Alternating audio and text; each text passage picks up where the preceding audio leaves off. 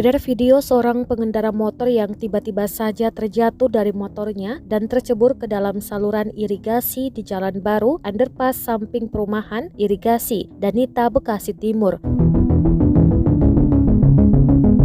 Di rekaman video CCTV yang diunggah oleh akun @dashcamowners_Indonesia, terlihat kejadian itu disebutkan terjadi pada Kamis 30 Desember 2021.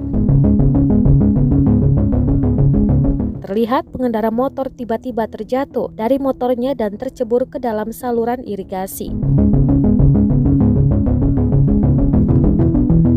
Kebetulan pada saat itu ada ibu-ibu yang sedang berada di seberang jalan samping saluran irigasi tersebut. Ibu-ibu dalam video itu langsung berteriak minta tolong kepada warga sekitar kejadian.